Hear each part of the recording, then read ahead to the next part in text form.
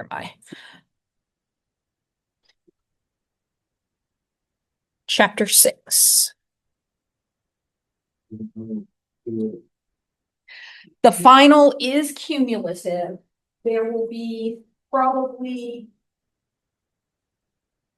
a quarter to a third that is focused on the chapter 6 because we haven't had a test over chapter 6, and then the rest will be distributed more evenly. Yes, so this semester I will allow you to use a note card on your final exam, and you can use a larger note card.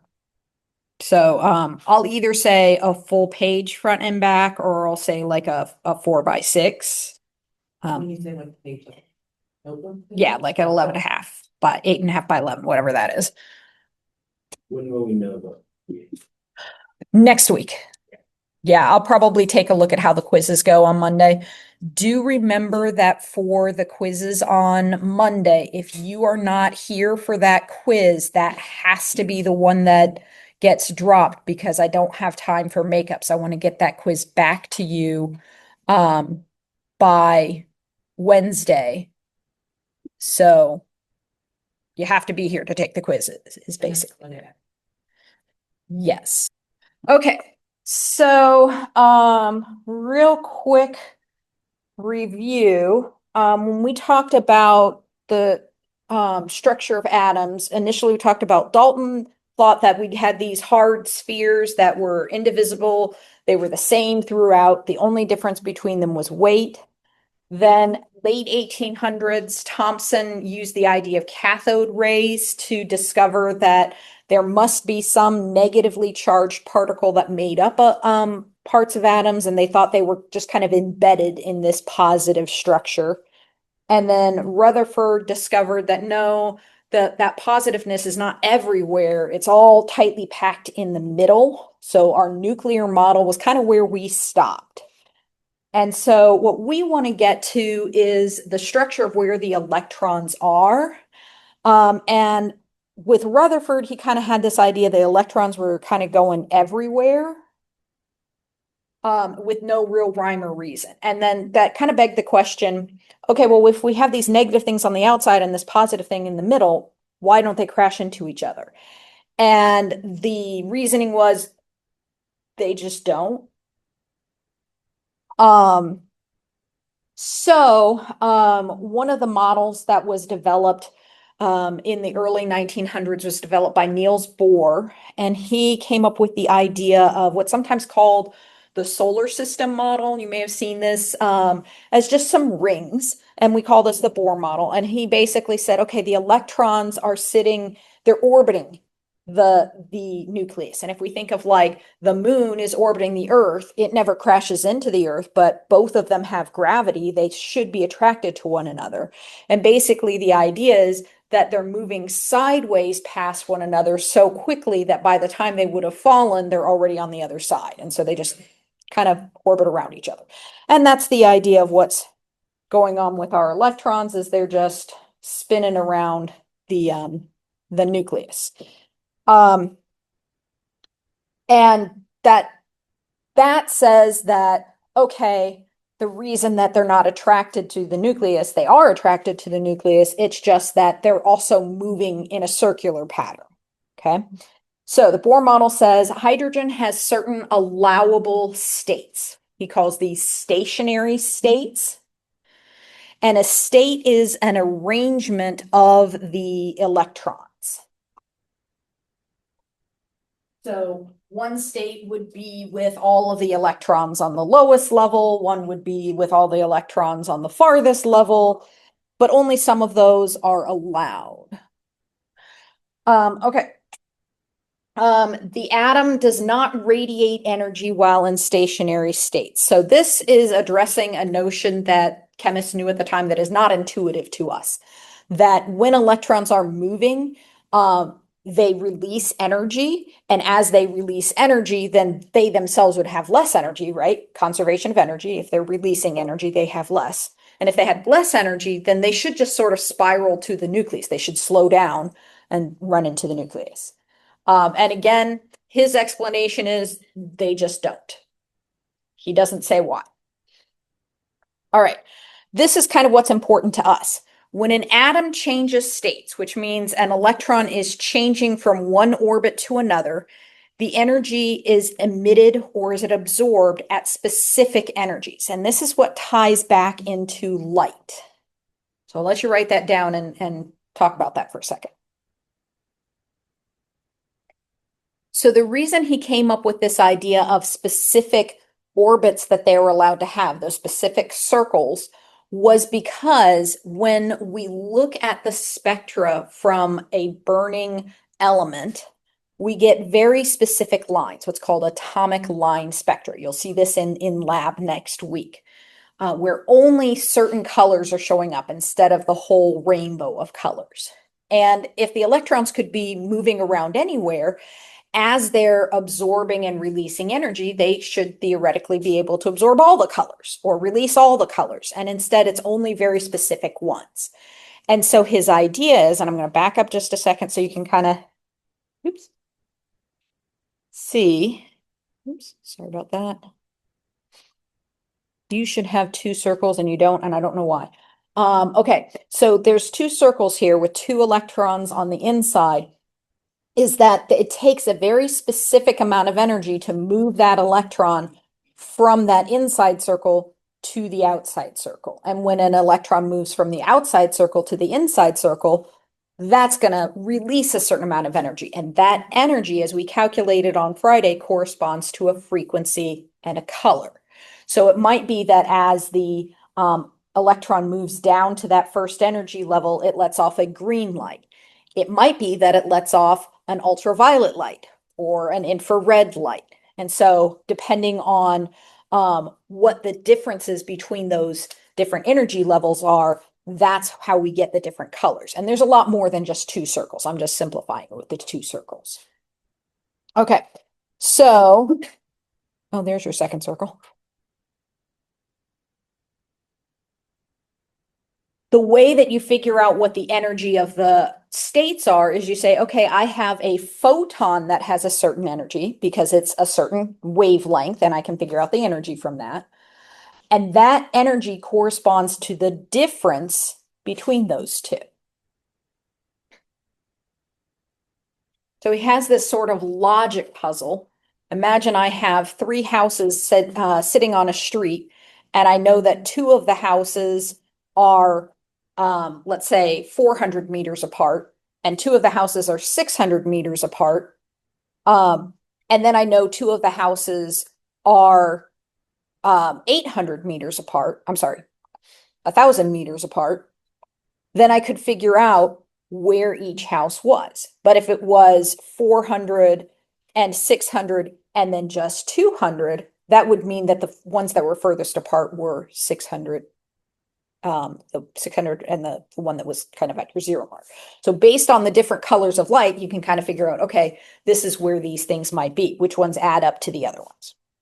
We're not going to do that, but that's just kind of what they did. Okay. Let's go back to this equation. Energy is equal to H nu. And so that's kind of the, oops, back up here. That's what we've got here. The energy of the photon, skip over the middle part, is equal to H nu. Okay. Oh, I did have it on here. There you go. H is going to be 6.626 times 10 to the negative 34 joule seconds. All right. So try plugging that into your calculator. And remember, we get a negative 34 here. You can enter this into your calculator by doing a multiplication, a 10, and then doing like a caret sign, or sometimes it has an X to the Y.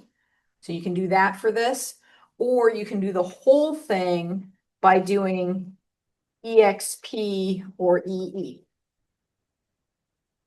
But either way, the answer is going to have a number, and then it's going to look like it's a power just for that number, but it really means times 10 to the. These are the numbers you'd be plugging in.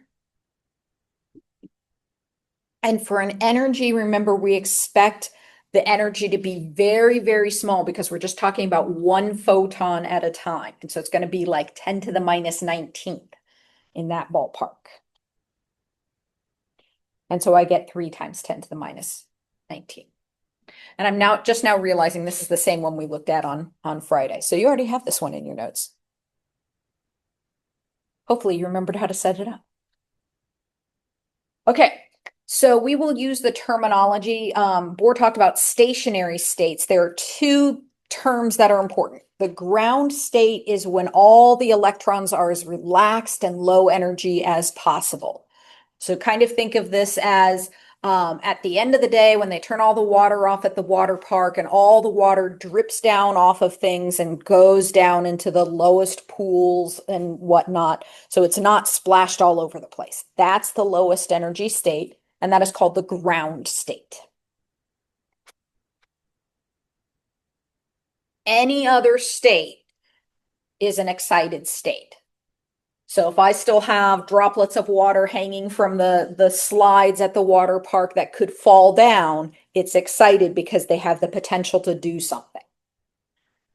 We will always be trying to look at the atoms in their ground state when we're doing electron configurations. But a lot of chemistry is looking at what happens when things get moved to the excited state. But we got to know what the ground state is first before we can figure out what the excited state is telling us. All right, so I mentioned that there's more than just the 2 circles. There's many, many circles. In fact, there's an infinite number of circles, but usually any atom is only using up to 5 or 6 of these circles at a time. Okay, so the blue circle in the middle represents the nucleus, and the other rings represent these shells that are around. So each circle is what we call a shell or a layer.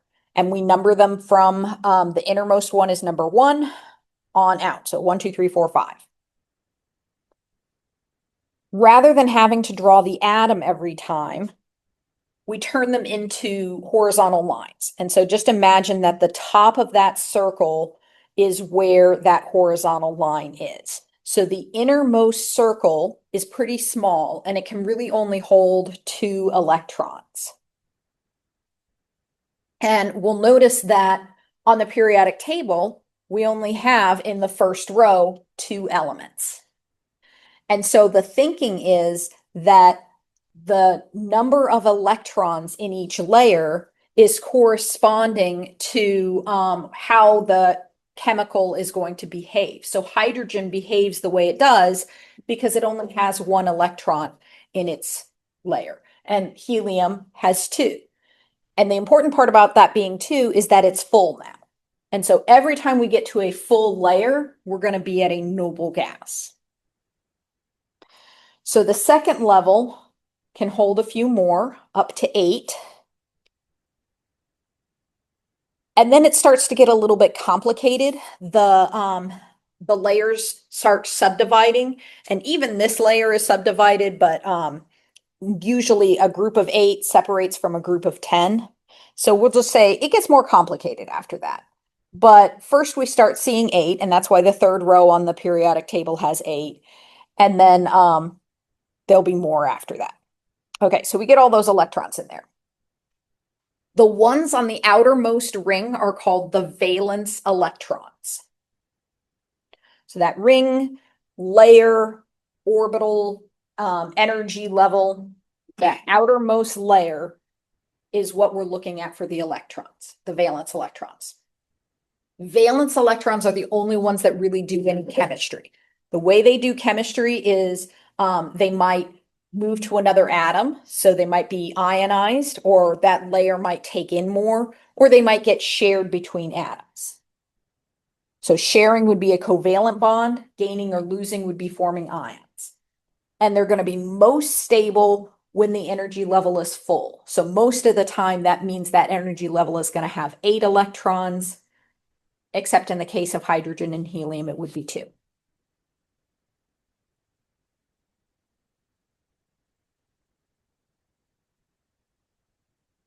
All the other electrons are called core electrons.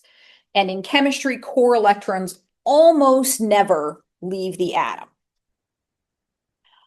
So it takes a lot of energy to do that. We can do it with fire. We can do it with electricity.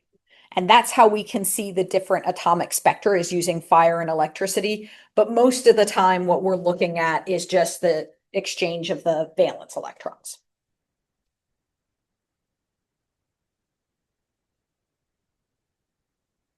So each location in the atom for the electrons, we can think of there being an address. And the address has four parts to it. The first part is which layer it's in. So we said those were numbered 1, 2, 3, 4, 5.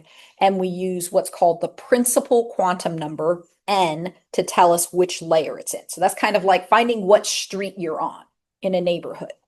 Or if you're thinking of this as each atom is an apartment building, it's what floor of the building you're on. Okay. So n is the principal quantum number. And it can be 1, 2, 3, 4, 5. Since we're counting rings, it can't be 0 and it can't be negative.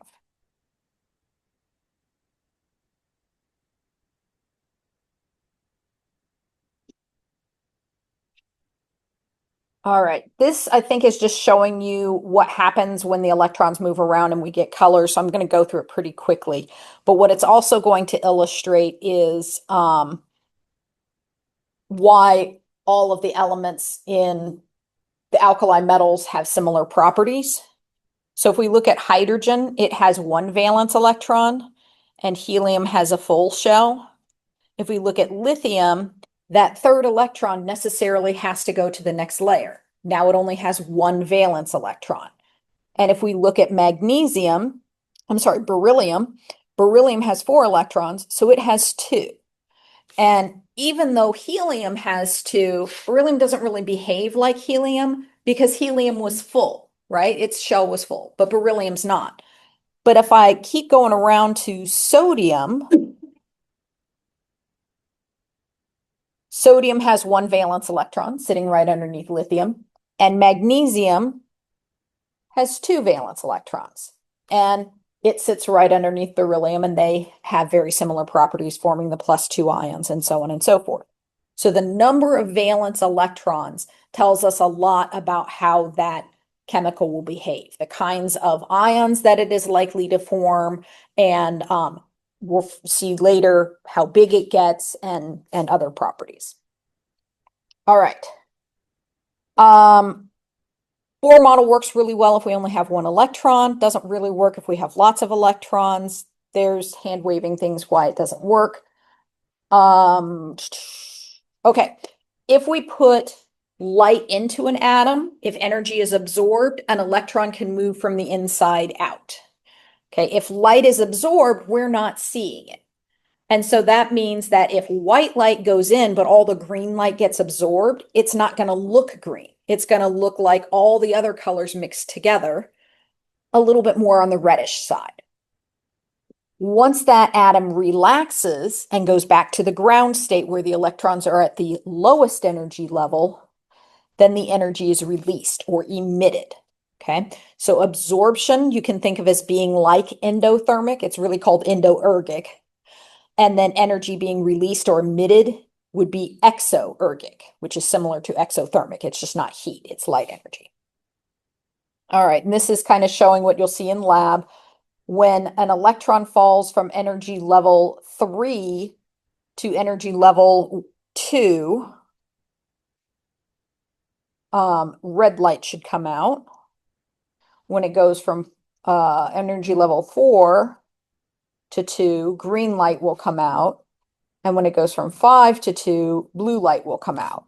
So you will see those different colors next week when you look at hydrogen. You'll see the red, the green, and the blue. You might see purple as well for the next energy levels. You are not going to see the light from it going down to the first energy level because it's too high energy. That's going to be in the ultraviolet region. So you don't want to be staring for long times at these lights because especially if you don't wear glasses, you're not being shielded from that ultraviolet light. And just like ultraviolet light can give you sunburn, it can damage your eyes as well. So don't stare at the lights. It's fine if it's like out of the corner of your eye, but don't stare at the lights. All right. What I want to get to is looking at the orbitals. Okay, so you got the Play-Doh in front of you, and we're going to talk about the different kinds of orbitals. So let me back this up. Each orbital holds up to 2 electrons. So our first energy level only has 1 orbital, but the energy level that has 8 electrons in it has 4 orbitals. Okay. We use arrows to represent the electrons. So the short little line is called an orbital.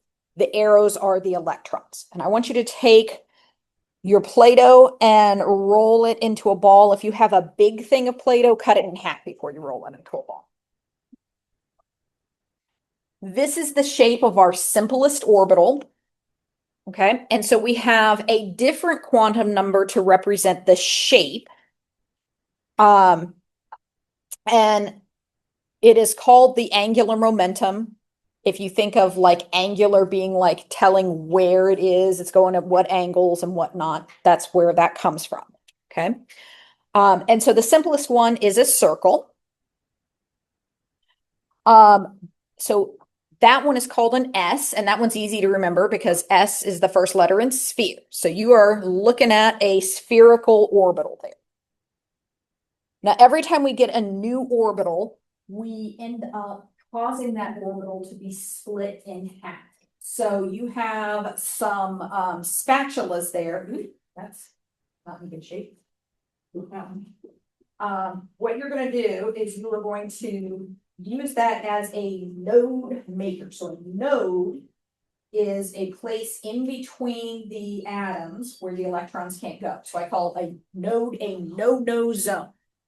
So you're going to take that spatula and split your orbital in half.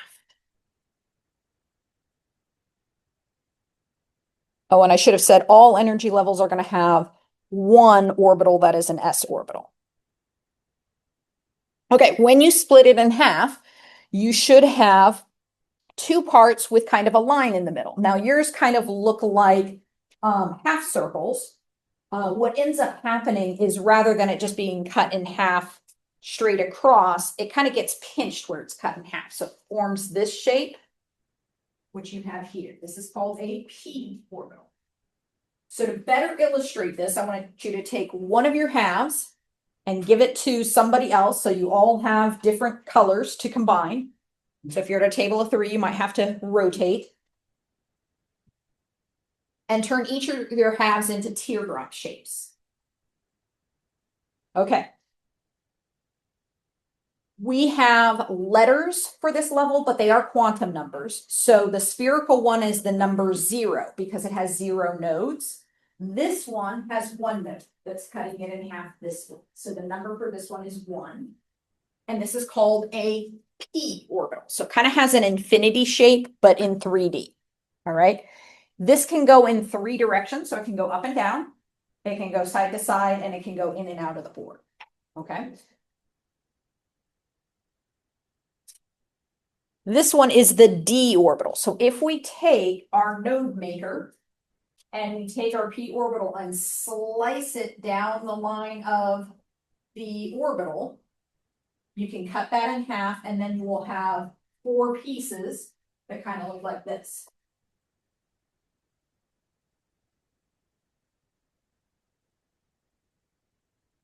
Sorry, like this. Okay, those are d orbitals.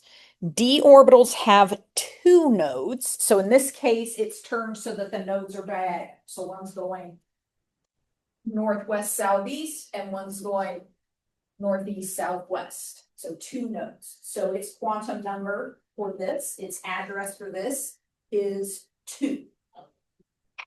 Okay. There's another set called F. We won't worry about them too much. So the main ones to remember are the S, the D, and the P. and the numbers that go with them, 0 for S, 1 for P, and 2 for D, and that corresponds to the number of nodes in them. So you should be able to draw each of these. You should be able to look at a picture of these and know what that quantum number is. These two, the circle that it's on, the energy level, the principal, and the shape are the two most important ones. And then instead of N, this one uses L. So this is a little bit confusing. L is called angular momentum.